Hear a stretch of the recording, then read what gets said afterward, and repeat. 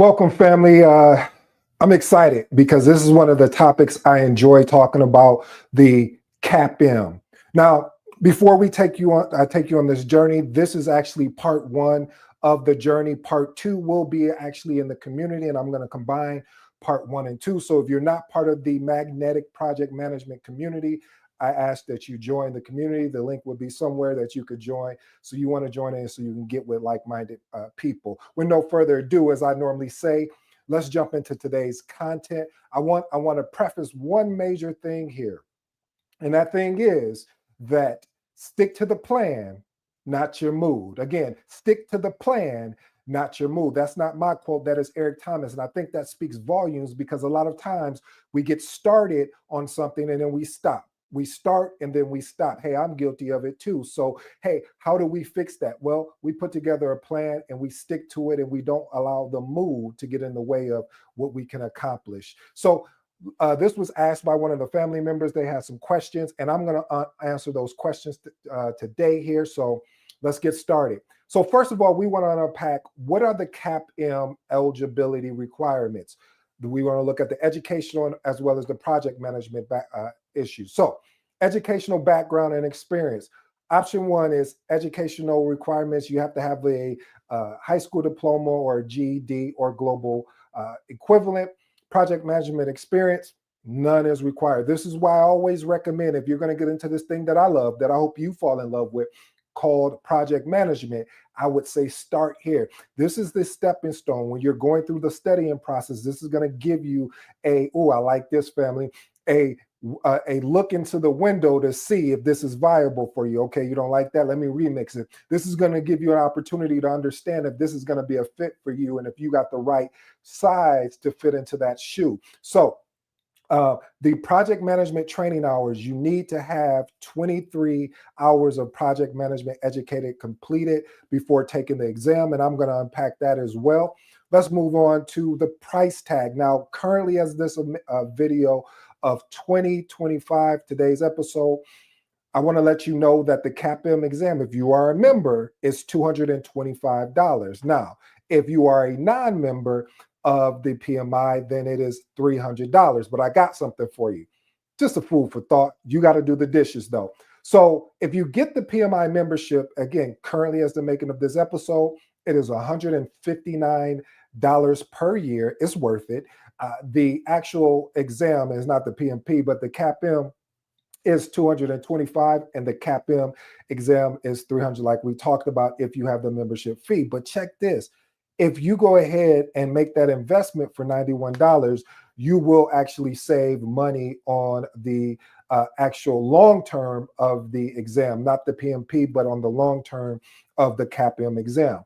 All right, let's talk about the CAPM examination information. Let's break down from a very high level what you can expect when you get ready to sit down and actually pass this test. You see how I'm speaking into existence for you? Because I believe if you take the time to study this material, study other materials that's in place, you will have an opportunity to have success. It's going to require something of you. It's going to require dedication, hard work, and making sacrifices that normally you probably wouldn't have to make. So get ready. Let's unpack this. So there are 135 scored questions, and then there's 15 pre-test questions. You're allowed at 3 hours to actually take this exam. Now, these are based off the PMBOK 7. Matter of fact, hold that thought. Let me grab my PMBOK.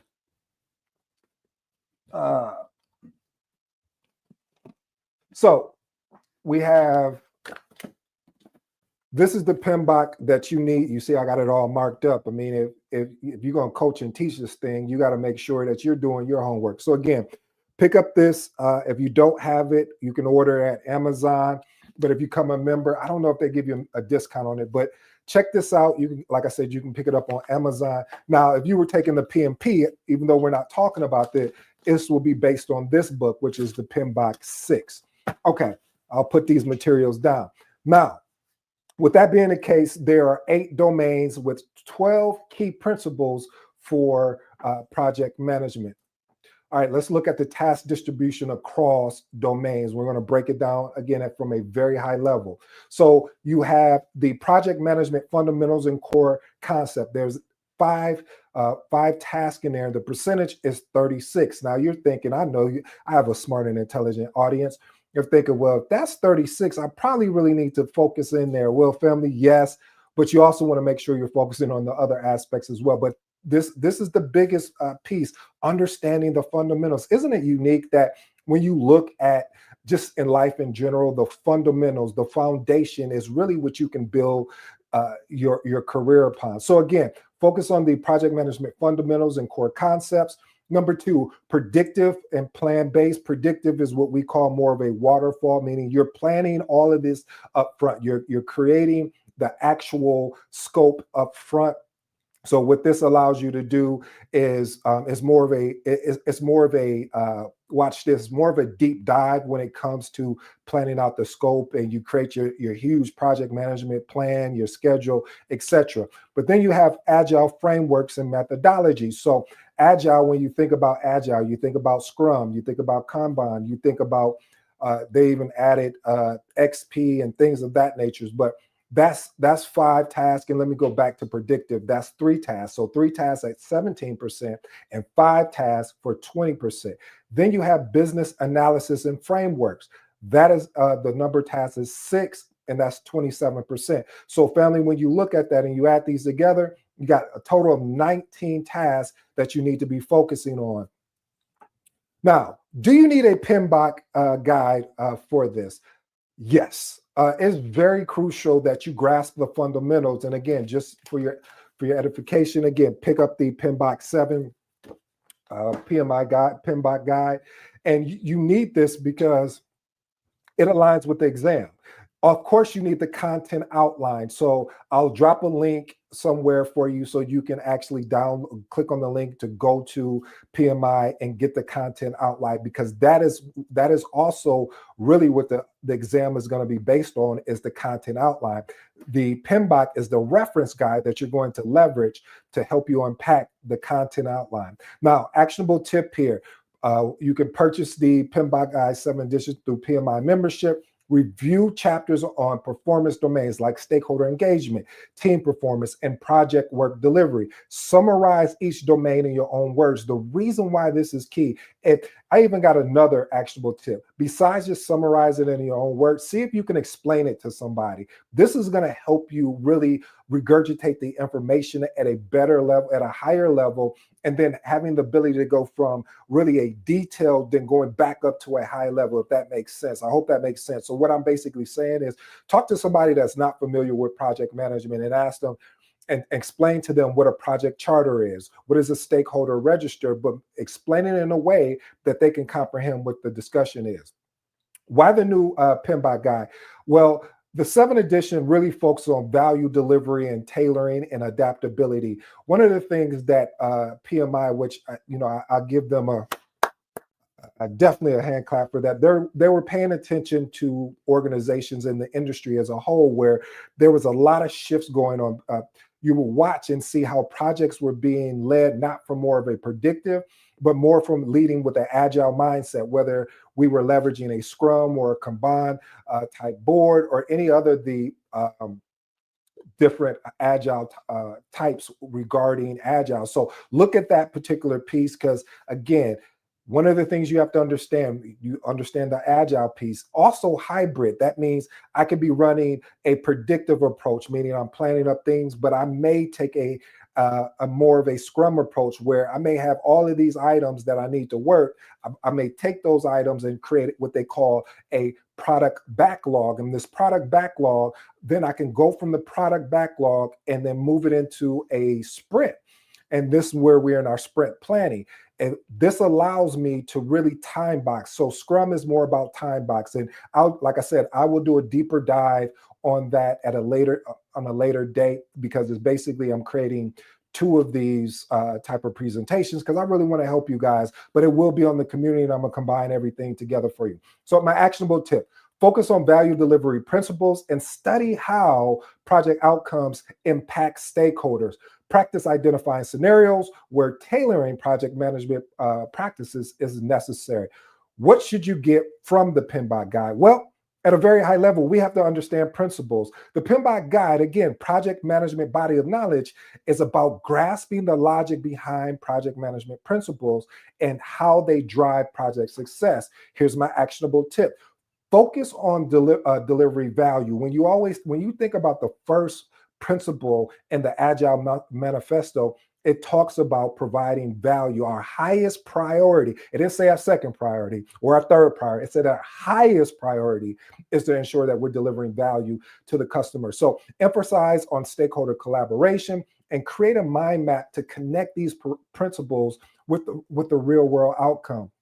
As you can see, based off the picture here, that's a mind map. You want to be able to expand on it and then have the ability to distill it down. Just like I said, talk to somebody that is not familiar with project management. This is going to help you understand it even better as well. All right, does a PMBOK guide replace a coach? Well, I'm a coach, so I'm going to answer this, and I'm so glad this question was asked. So you need a coach. If you try to go at this alone, it's going to be challenging, because what a coach does is they hold you accountable. What a coach does is really help you find those gaps that you may be struggling with, that you may not even be familiar with. So a coach really provides a personal insights and guidance. Now, there are self courses out there, but those courses are good as well, which will help you understand that. But one of the things you want to focus on is making sure you stay focused. Here's my actionable tip to make sense of the material. So hiring a coach or joining the magnetic project management community to help you receive tailored feedback and exam strategy. It's more than just getting your CAPM. Okay, so now you got your CAPM. What are you going to do now?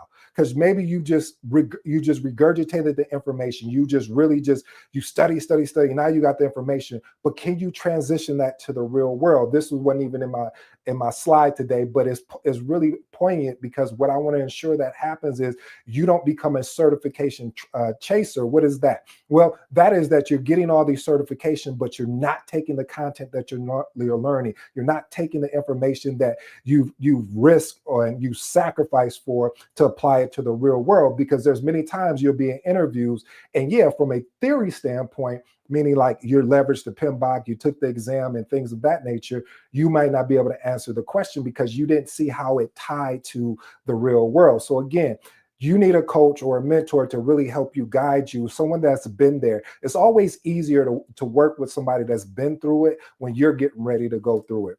All right, what resources are required for the CAPM exam? Again, like I said, the PMBOK guide, I showed you that. Oh, one more resource. Let me grab that real quick. Just stay patient with me, family. All right, here we go. So the other resource that's going to be required is the Agile Practice Guide. So again, Agile Practice Guide, as you can see, again, I'm a student of this. So I don't just do this to sound good. I actually study what I'm talking about, because I know that someone's going to walk up to me one day and say, what are the 49 processes? What's the process group? What's the 10 knowledge areas? And I got to be able to answer that. I'm responsible for that. So again, these two books here are going to be important for you for your journey to going after the CAPM. And then most of all, you want to get a CAPM prep book.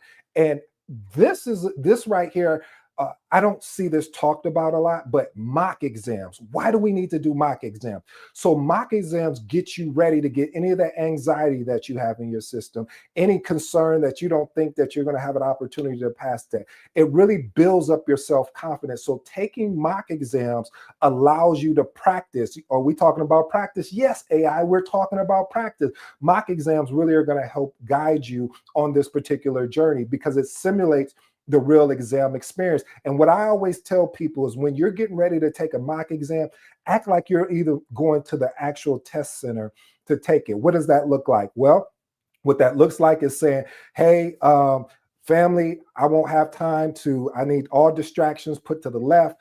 I need to lock in and take a practice exam. And you sit down and you act like you're at the test center, or if you're going to take the test from home, Be able to lock in and take it just like the real thing. Take the breaks when the breaks are allowed it, so you can get repetitions in, because that's going to help build that confidence that's going to be required.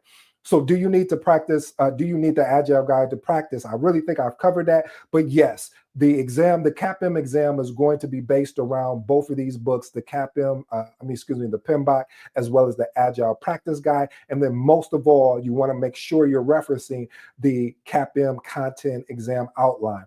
Key principles: studying Agile principles like flexibility, continuous delivery, and customer collaboration. If you haven't seen my characteristics episode, you need to check that out, where I talk about the different approaches: predictive, iterative, incremental, as well as agile. This is going to be important for you as well. So go back and look at that video. Matter of fact, I'll do you a solid.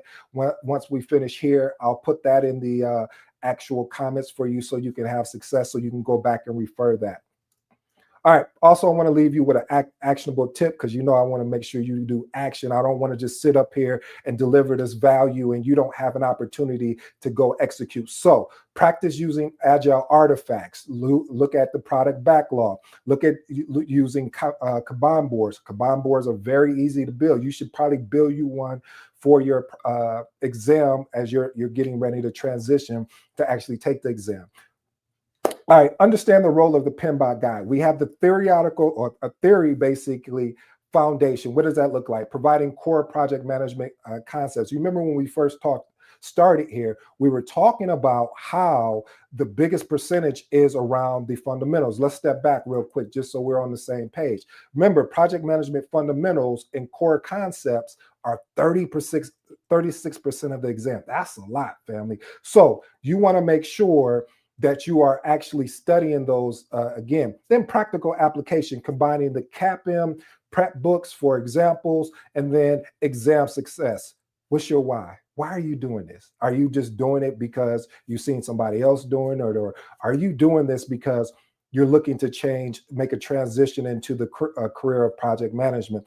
Identify your why, because again, when we opened it up, we talked about sticking to the plan, not your move. You're gonna find opportunity where, and I say it's opportunity where you're on a lonely path, and that path is you're studying, your friends are going out having a good time, watching the game, and whatever that looks like. And you're gonna have to say when they call you, hey, you know what?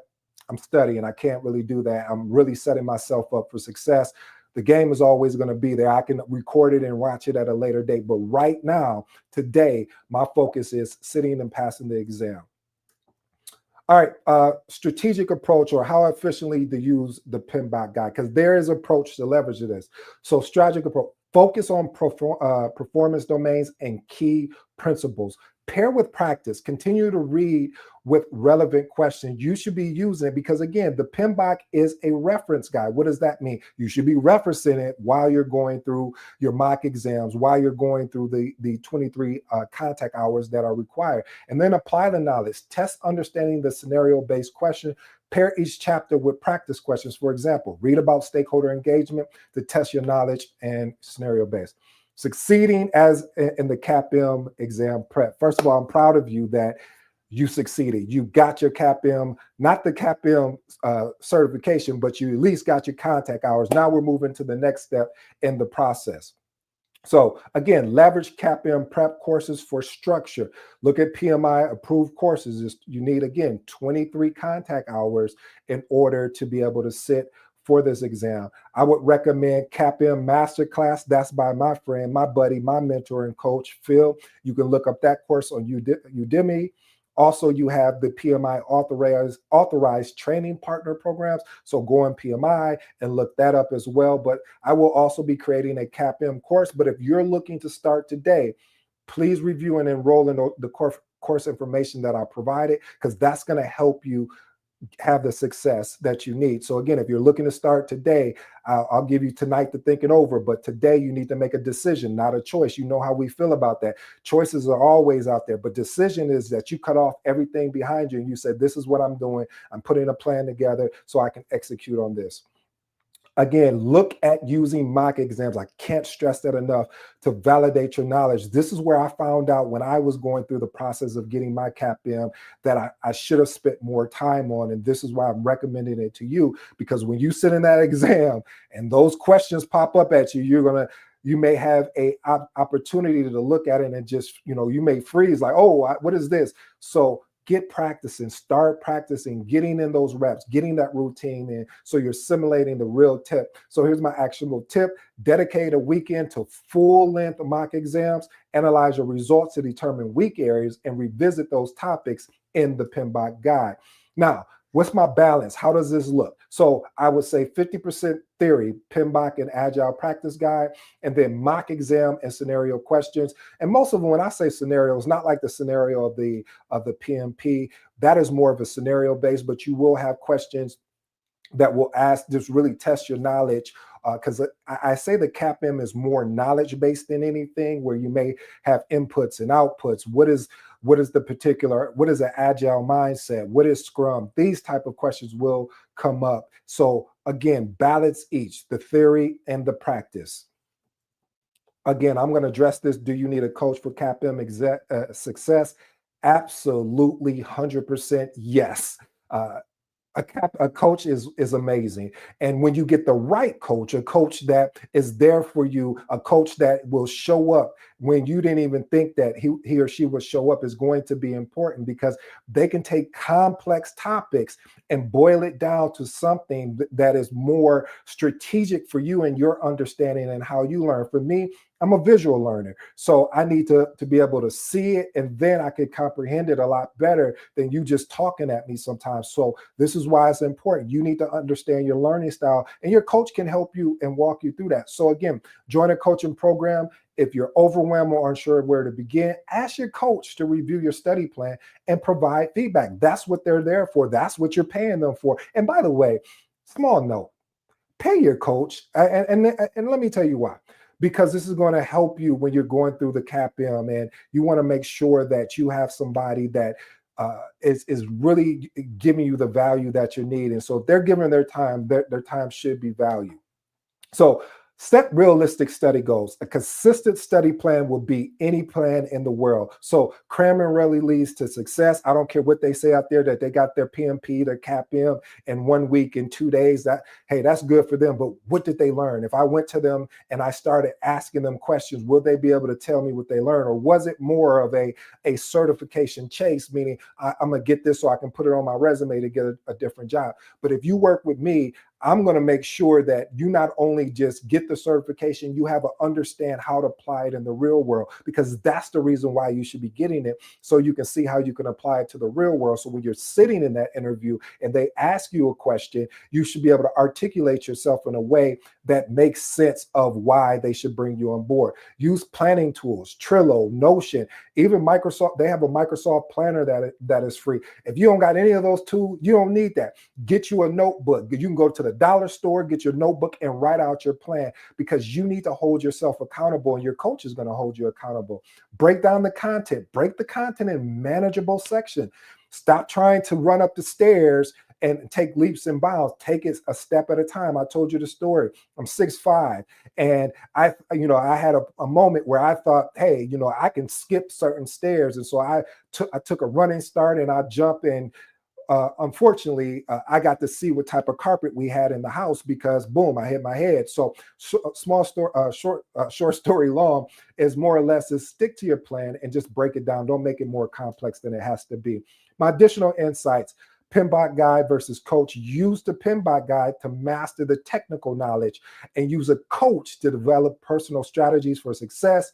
They complement each other. And real world application, like I said, working with me, I'm going to make sure you get that real world application, because that's more important than the exam. The exam is really getting you started into this thing that I love, that I hope you fall in love with, called project management. But it's the mindset. This is why I'm always talking about the mindset, because if you don't have the mindset to go after this, you don't have the why of the reason why you're doing this, none of this even matters. So understand your why. That's probably the first thing you need to do, is say, why am I doing this? And be real with you. If it's like, hey, I'm going after another job, great. Hey, if it's trying to improve, my lifestyle, great. Be honest and transparent. Nobody's going to know it but you. So be transparent with yourself. Family, I hope you enjoyed today's episode. I go by the name AD. For all you smart and intelligent folks out there, listen, that just simply means Ed. If you have any questions, comments, or feedback, you know where to find me. I hope that you take this opportunity to join the Magnetic Project Management community. This is a community that is being built with like-minded individuals that if whatever you're going through, if you're sitting for the CAPM, if you're sitting for the PMP, ACP, if you are actually leading a project and you're running into trials and tribulations, come join us. Again, we're there to really support each other. We already got members in there. So I thank people that took action already. And I got something special for you. And what I have special for you guys is the part 2 of this. I'm gonna film that over there, and we're gonna combine everything together. And I also got a little special bonus for them taking the leap and joining. And again, this is free. Like this is free. Of course, I'm going to have some paid opportunities in there, but just being around like-minded individuals, you need to be around people that can support you in case you fall down and can hold you accountable for the thing you said that you wanted. Well, I hope you enjoyed today's episode. Until next time.